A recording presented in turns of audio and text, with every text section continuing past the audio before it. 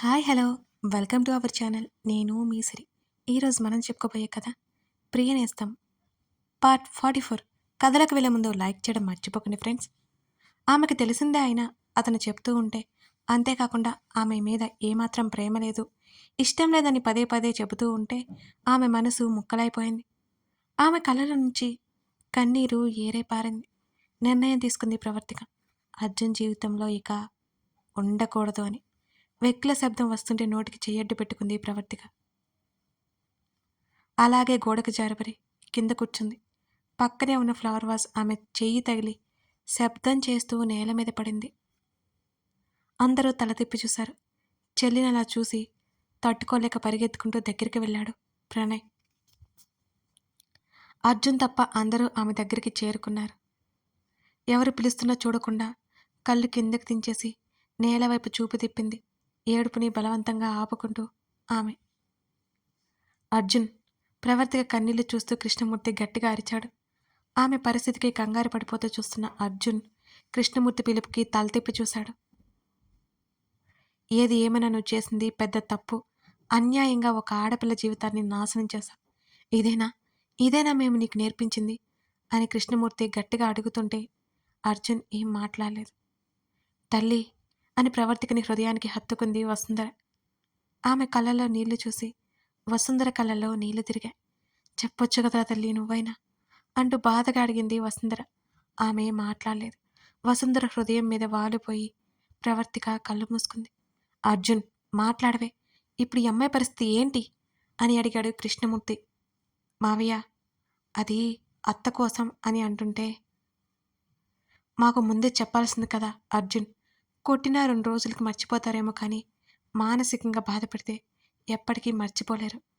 మా అర్జున్ ఇది కాదు అని కన్నీళ్లతో అర్జున్ని చూస్తూ అంది వసుంధర. సమాధానం లేదు అతని దగ్గర. నా మీద నీకున్న ప్రేమ, అభిమానాలకు సంతోషపడాలో, మా కారణంగా ఒక్క అమాయకురాల్ని బాధ పెట్టావని బాధపడాలో తెలియట్లేదు అర్జున్ అంటున్న వసుంధర మాటలకి అతను మరింత బాధగా చూశాడు. అర్జున్!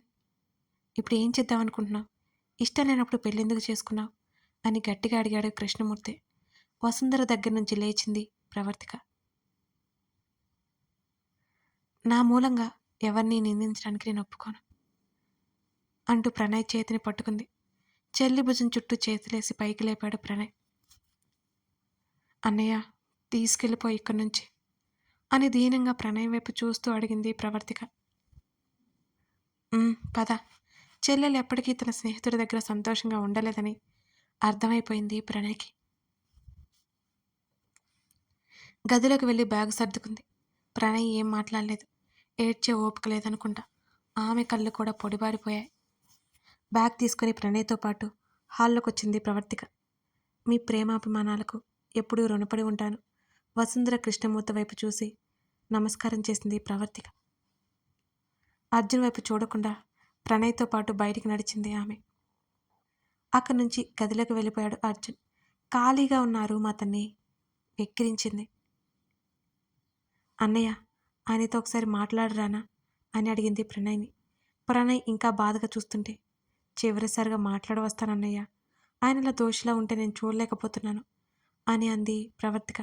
వెళ్ళమన్నట్టు మౌనంగా ఉండిపోయాడు ప్రణయ్. ఇంట్లోకి వెళ్ళింది ప్రవర్తిక. వసుంధర కృష్ణమూర్తి ముఖాల్లో ఆశ చిగురించింది. అర్జున్ ఎక్కడన్నట్టు వాళ్ళ వైపు చూసింది ఆమె. గదిలో ఉన్నాడు తల్లి అని అన్నాడు కృష్ణమూర్తి. కన్నీళ్లతో చూస్తుంది వసుంధర. అర్జున్ గదిలోకి వెళ్ళింది ప్రవర్తిక. తల పట్టుకుని అతను బెడ్ మీద కూర్చున్నాడు. 2 నిమిషాలు అలాగే నిలబడింది. అర్జున్ అసలు గమనించలేదు ఆమె వచ్చిన సంగతి. చేతులతో జుట్టు చెరుపుకుంటూ అసహనంగా ఉన్నాడు అతను. అతని దగ్గరికి అడుగులు వేసింది. ఏవండి అంటున్న ప్రవర్తిక మాట వినిపించి తల పక్కకి తిప్పి చూశాడు. ప్రవర్తిక కనబడగానే చప్పున లేచి నిలబడ్డాడు అతను. అతని దగ్గరికి ఆమె వస్తుంటే ఆమె చూడలేక ముఖం తిప్పుకున్నాడు అర్జున్. వెళ్తున్నాను అని అంది. ఆమె వైపు అతను చూడలేకపోయాడు. మిమ్మల్ని చాలా ఇబ్బంది పెట్టాను కదా. వద్దు వద్దు అంటే వెంటపడి వేధించాను కదా. కానీ మీరు అనుకునేలాంటి అమ్మాయిని కాదు నేను. నాకు ఆత్మాభిమానం అని ఇక మాట రాలేదు ఆమెకి. ఏడుపు వచ్చేసింది. వెంటనే మామూలుగా ఉండడానికి ప్రయత్నం చేస్తూ, నేను ఇప్పటి వరకు ఎవరితో సరిగ్గా మాట్లాడింది కూడా లేదు. ఎవరిని ముట్టుకుంది కూడా లేదు. కేవలం మిమ్మల్ని మాత్రమే. మీరు నా భర్త కాబట్టి, మీరు వద్దన్నా, దూరం పొమ్మన్నా మీకు నచ్చుతాను అనే చిన్న ఆశతో మిమ్మల్ని విసిగించాను. అంతేకాని నా క్యారెక్టర్ అది కాదు అని వెంటనే అటువైపుకి తిరిగిపోయింది ప్రవర్తిక. మీరు హాయిగా ఉండొచ్చుగా. నేను విసిగించడానికి ఉండను కదా! మీరు సంతోషంగా ఉండాలని ఎప్పుడూ కోరుకుంటాను. నా జీవితం నాశనం అయిందని మీరు బాధపడొద్దు.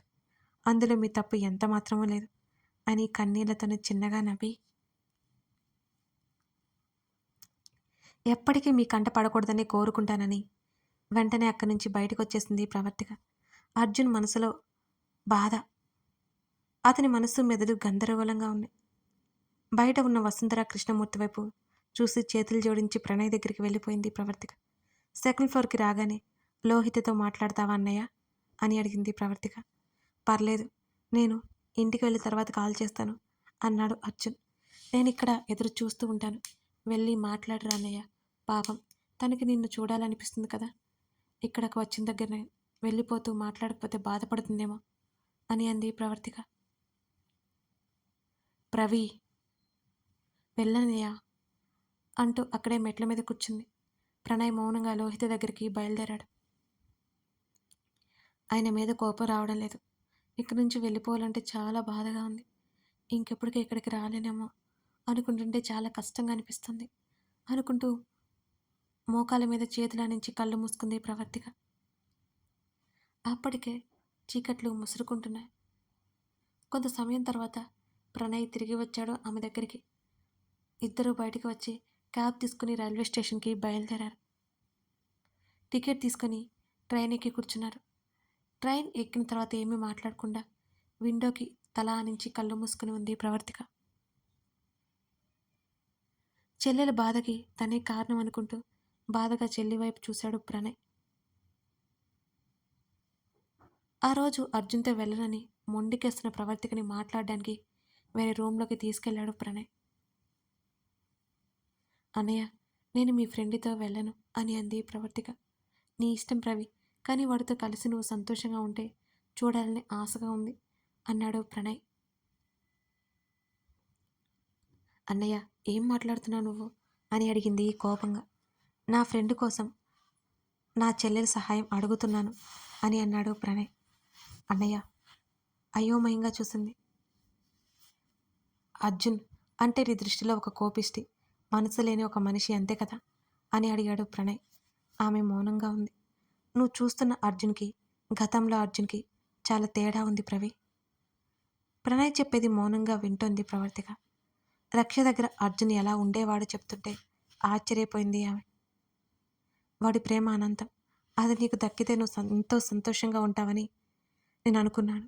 ఒకసారి వాడి మీద కోపం తీసి పక్కన పెట్టు. ఇప్పటి వరకు నీతో ఉన్నాడు కదా, వాడి గురించి పాజిటివ్గా ఆలోచించుడు. వాడు ఎలాంటి వాడో నీకే తెలుస్తుంది అని అన్నాడు ప్రణయ్. ప్రణయ్ చెప్పేది శ్రద్ధగా వింది ప్రవర్తిక. అర్జున్ గురించి ఆమెలో ఆలోచనలు మొదలయ్యాయి. అప్పటికే అతనికి ఆమె ఇష్టమని చెప్పిన ప్రతిసారి పెళ్లి బంధం తర్వాత ప్రేమను రుచి చూడాలనుకుంది. అంతా అబద్ధమని తెలిసిన తర్వాత ఆమె చాలా బాధపడిపోయింది. అర్జున్ మీద ఉన్న ఇష్టాన్ని దాచింది. అర్జున్ ప్రేమ ఎలా ఉంటుందోనని ఆలోచించసాగింది. ఆ సమయంలో అతని మీద కోపం గుర్తు రాలేదు ప్రవర్తికకి. అతని స్పర్శ, అతని మాటలు అన్నీ గుర్తు చేసుకుంది. ఎక్కడ ఆమెని తక్కువ చేసినట్టు కానీ అసహించుకున్నట్టు కానీ తెలియలేదు. అర్జున్ మీద నెగిటివిటీ ఫీలింగ్ ఆమెలో లేదు. రక్ష మీద అర్జున్ పెంచుకున్న ప్రేమకి ఇంకా ఆశ్చర్యంగా ఉంది. ఒక అబ్బాయి ఇంతగా ఒక అమ్మాయిని ప్రేమిస్తాడా అనిపించింది ఆమెకి. అతను తాళి కట్టగానే భర్త అయ్యాడు. ఆమె భార్యగా ఎప్పుడు మారి అతని ప్రేమ పొందుతుందా అని ఎంతో ఆతురతగా ఉంది. అప్పుడు అర్జున్ మీద ఇష్టం, అతని పరిస్థితికి జాలి, రక్ష మీద సానుభూతి ఇవే ప్రవర్తికని అర్జున్ వైపు నడిపించాయి. అతని మీద ప్రేమ పెంచుకోవడం మొదలుపెట్టింది. అసలు లేకుండా ఉండలేని పరిస్థితికి వచ్చేసింది ఆమె. అన్నయ్య, నాన్న ఏం చేశారో ఇప్పుడైనా చెబుతావా అని అడిగింది ప్రవర్తిక. ప్రవీ అన్నాడు. అన్నయ్య, ఇంకా నాంచకు, నాకు చెప్పాలి అని చూడకు ప్లీజ్. అన్నయ్య, ఏం జరిగింది ఇప్పటికైనా చెప్తావా? అర్జున్ చెప్తే బాగుంటుందిరా.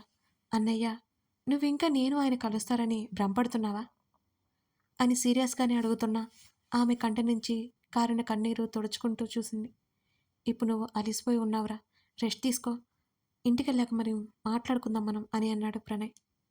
"ఉహుం, నేను ఇప్పుడే తెలుసుకోవాలన్నయ్య" అని గట్టిగా అంది ప్రవర్తిక. తండ్రి వచ్చిన విషయం ఎవరికీ చెప్పలేదు ప్రవర్తిక. ఈసారి తండ్రి వస్తే తండ్రి తప్పు ఉందో లేదో తెలుసుకోవాలని అనుకుంది ఆమె. అలా తెలియాలి అంటే ఖచ్చితంగా ఏం జరిగిందో తనే తెలుసుకోవాలి కదా ముందు. అన్నయ్య, రక్ష నాన్న వల్లే చనిపోయింది, అది కూడా నా వల్లే అని ఆయన అంటున్నారు, నిజమేనా అని బేదగా అడిగింది ప్రవర్తిక. చెల్లెలకి చెప్పాలంటే భయంగా ఉంది ప్రణయ్కి. రవి, నీ వల్ల అసలు కాదురా, నీకు సర్జరీ జరిగింది గుర్తుంది కదా అని అడిగాడు ప్రణయ్. ఆ, భయంగా చూసింది ప్రణయ్ని. మేమందరం హాస్పిటల్లో ఉండగా పెదనాన్న నీకోసం ఇంటికొస్తూ రక్షని కారుతో కొట్టేశాడు. ఆ విషయం నాకు తెలుసు అన్నయ్య, అది కావాలని చేశారా లేకపోతే యాదృచ్ఛికంగా జరిగిందా అని అడిగింది వణికే గొంతుతో. కావాలని జరిగింది అని ప్రణయ్ అన్నాడు. అంతే, ప్రవర్తిక గుండె ఒక్కసారి ఆకి మళ్ళీ కొట్టుకుంది. అన్నయ్య, అంతకు మించి మాట్లాడలేదు ఆమె. రవి, ఏడవకు, నోటికి చెయ్యడ్డు పెట్టుకుని వెక్కిల్లిపడి ఏడుస్తున్న చెల్లెల్ని దగ్గరికి తీసుకున్నాడు ప్రణయ్. అన్నయ్య, నేను నేను నమ్మలేకపోతున్నాను అని ఏడుస్తూ చెప్పింది ప్రవర్తిక. రవి, ఇంటికి వెళ్ళిన తర్వాత మాట్లాడుకుందాం, అందరూ నిన్నే చూస్తున్నారు, ప్లీజ్ ఏడవకురా, నీకు నేను వివరంగా అన్నీ చెప్తాను కదా అంటూ ఓదార్చే ప్రయత్నం చేస్తున్నాడు ప్రణయ్. ఏడుస్తూ ఏడుస్తూ ప్రణయ్ భుజం మీద పడుకుని నిద్రలోకి జారుకుంది ప్రవర్తిక. అర్జున్, నా చెల్లికి నీ ప్రేమను ఎందుకురా అందించలేకపోయావు? లేని రక్షణ తలుచుకుంటూ నా చెల్లిని బాధ పెట్టడం భావ్యమేనా? అమాయకురాలరా, రక్షణ అంత త్వరగా మర్చిపోలేవు, నేను అర్థం చేసుకోగలను అర్జున్. నా చెల్లికి ఒకే ఒక అవకాశం ఇస్తే నీకంతటి ప్రేమను పరిచయం చేయగలదు. నువ్వంటే ప్రాణం పెట్టేసుకుందిరా, నీ మనసులో కొంచెం చోట్లు ఇవ్వలేకపోయావా అని బాధగా అనుకున్నాడు ప్రణయ్. అర్జున్ వేదనను స్వయంగా చూసిన తన స్నేహితుడు, చెల్లెలి కోసం స్నేహితుడు బాధని మర్చిపోయాడు కొన్ని క్షణాల పాటు. పోయిన వారి కంటే ఉన్నవారు ముఖ్యం. పోయిన వారిని గుర్తు తెచ్చుకొని బాధపడే కంటే వారితో సంతోషం ముఖ్యమని అందరూ అనుకుంటారు. పోయిన వారు ప్రేమ చూపించి మురిపించి వెళ్ళిపోతారు, ప్రాణం విడిచిపోతారు. వాళ్ళ తాలూకా జ్ఞాపకాల బరువు మూసేది ఆ ఉన్నవారే కదా. చెరిపేస్తే చిరిగిపోయే గుర్తులు కావవి, జీవించి ఉన్నంతకాలం మనసులో చిరిగిపోని ముద్ర వేసుకున్న వజ్రపు తునకలవి. తర్వాత రోజు ఉదయం ప్రణయ్ వాళ్ళ ఊరికి చేరుకున్నారు ప్రణయ్, ప్రవర్తికలు. శంకర్ వాళ్ళని తీసుకురావడానికి వచ్చాడు. ముగ్గురు ఇంటికి చేరుకున్నారు. కూతుర్ని చూసి సంతోషపడిపోయింది నీలమ. కానీ పక్కన అల్లుడు లేకపోసరికి ఆమె కొంచెం దిగులు పడింది. ఆ దిగులు కూతురు వచ్చిన సంతోషంలో కొట్టుకుపోయింది. అమ్మా అంటూ తల్లిని హత్తుకుని ప్రవర్తిక బోరున ఏడ్చేసింది. కంగారు పడింది నీలిమ. బుజ్జమ్మ, ఏమైంది అని మరింత కంగారుగా అడిగింది. బుజ్జమ్మకి ఏమైంది ప్రణయ్ అని కొడుకుని అడిగింది కామాక్షి కూడా. బెంగమ్మ, బెంగ పెట్టేసుకుంది, అందుకే ఏడుస్తుంది. అమ్మ, పెద్దమ్మ ఇద్దరు బుజ్జమ్మ కోసం మంచి వంటలు చేయండి, ఎన్నో రోజుల తర్వాత ఇంటికొచ్చింది కదా, మీ చేతి ముద్దలు తినాలనుంది తనకి అని సమయాన్ని తేలిక చేయడానికి ప్రయత్నం చేశాడు ప్రణయ్. బెంగ ఎందుకే, నువ్వు అక్కడ చాలా సంతోషంగా ఉంటావని అన్నయ్య చెప్పాడు. పోయినసారి అల్లుడు గారు చూస్తేనే అర్థమవుతుంది, నీకోసం వెంటనే వచ్చేశాడు. మేమిక్కడ బాగానే ఉన్నాంలే, మీ నాన్నగారు ఏమో పని మీద పట్నం వెళ్ళి ఇంకా రాలేదు, మొన్నొకసారి వచ్చి వెళ్ళారు అని అంది నీలిమ. ఏంటి పెద్దమ్మ నువ్వనేది అని నీలిమ వైపు ఆశ్చర్యంగా చూస్తూ అడిగాడు ప్రణయ్. అవునరా, మొన్న అన్నయ్య వచ్చి వెళ్ళాడు అని అన్నాడు శంకరం. అన్నా చెల్లెలు ఇద్దరూ ముఖముఖాలు చూసుకున్నారు. ప్రవర్తికకి ఎంత ఆశ్చర్యంగా ఏం లేదు, ప్రణయ్ మాత్రం షాక్ అయ్యాడు. బెయిల్ ఎవరిప్పించుంటారు అర్థం కాలేదు ప్రణయ్కి. రవి, నువ్వు వెళ్ళి ఫ్రెష్ అయ్యి టిఫిన్ చేసి నాకు కొంచెం పనుంది అని బయటికి వెళ్ళిపోయాడు ప్రణయ్. భోజనం చేయకుండా ఎక్కడికి అని వెనక నుంచి కామాక్షి పిలుస్తున్నా వెంటనే వచ్చేస్తానమ్మా అని వెళ్ళిపోయాడు. బ్యాగ్ తీసుకొని గదిలోకి వెళ్ళిపోయింది. గదిలోకి వెళ్ళగానే అర్జున్ జ్ఞాపకాలు చుట్టుముట్టేశాయి ఆమెని. అర్జున్ ఆమె కోసం తెచ్చిన వస్తువులు, బట్టలు అక్కడే ఉంచేసి వచ్చింది. రక్ష లాంటి అమ్మాయిని మర్చిపోవడం అతనికి కష్టమే. కానీ తనకి కూడా అవకాశం ఇవ్వచ్చు కదా! ఆమె బాధగా అనుకుంది. ఎన్ని అనుకున్నా ఏమి లాభం? జరిగిపోయింది. అర్జున్‌కి తనంటే ఏమాత్రం ఇష్టం లేదు. అంతేకాదు అతని కళ్ళెదుట ఉంటేనే కొంచెం కూడా అతనికి సంతోషం లేదు. తన జీవితం ఏమైనా అర్జున్ లైఫ్‌లోకి వెళ్ళకపోవడమే మంచిదని అనిపిస్తోంది. కాసేపు తల్లితో మాట్లాడి టిఫిన్ తినేసి గదిలోకొచ్చింది. ప్రణయ్ కోసం ఎదురు చూస్తూ ఉంది. ప్రణయ్ వస్తే కానీ ఏమి జరిగిందో తెలీదు. అర్జున్‌ని చూడాలని, మాట్లాడాలని మనసు లాగుతున్నా మనసుని కట్టడి చేసే ప్రయత్నం చేయసాగింది ఆమె. గాడిలో పడింది అనుకున్న అర్జున్ జీవితం మళ్ళీ మొదటికి రావడంతో వసుంధర కృష్ణమూర్తులకి అంతులేని బాధ కలిగింది. ప్రవర్తిక తన కూతురి స్థానంలో ఉన్నందుకు చాలా సంతోషం కలిగింది ఇద్దరికి. ప్రవర్తిక వాళ్ళ సంతోషం మాయమైపోయింది. అర్జున్ సంతోషం వాళ్ళిద్దరూ ఎప్పుడు కోరుకుంటూనే ఉంటారు. అలాంటి ఆశలు పెట్టుకోకూడదని వాళ్ళకిక అర్థమైపోయింది. అర్జున్ రక్షని మర్చిపోలేడు. అదే వాస్తవం అనిపిస్తోంది ఆ ఇద్దరికి. వసుంధర కృష్ణమూర్తి బాధగా ఉన్నారు. వాళ్ళని ఫేస్ చేయలేక ఆఫీస్కి వెళ్ళిపోయాడు అర్జున్. పనిలో పడి ఏమి గుర్తు చేసుకోకుండా గడిపేశాడు. అదే ఫోన్ పదే పదే మోగుతుంటే విసుగొచ్చి కాల్ లిఫ్ట్ చేశాడు. హలో అన్నాడు. విసుగు కొట్టొచ్చినట్లు కనబడుతోంది అతని గొంతులో. హలో అమ్మాయి గొంతు వినిపించింది. ఎవరు మీరు? ఏం కావాలి అని అడిగాడు. సాగర్ గారేనా అని అడిగింది. కాదు అని కాల్ కట్ చేశాడు. ఆమె గొంతు వినిపిస్తున్నా సరే కథ కొనసాగుతోంది. ఇంతకీ కాల్ చేసింది ఎవరై ఉంటారు? ప్రవర్తిక తిరిగి రాదా? అర్జున్ ఇక ఆమెను చేరుకోలేడా? ఈ కొత్త క్యారెక్టర్ ఎవరయ్యింటో తర్వాత ఎపిసోడ్లో చూద్దాం. కథ నచ్చితే లైక్ చేసి కామెంట్ చేయడం మర్చిపోకండి ఫ్రెండ్స్. ముందు మీరు ఒకే క్యారెక్టర్ సైడ్ నుంచి కాకుండా అన్ని క్యారెక్టర్ సైడ్ నుంచి కూడా కథ ఆలోచించాలి. లైక్ చేసి కామెంట్ చేయడం మర్చిపోకండి ఫ్రెండ్స్. అలాగే మన ఛానల్లో నీకై తప్పించే నేను అనే స్టోరీ ఉంది. అది కూడా రన్ అవుతుంది. ఓసారి చూడండి. Thank you.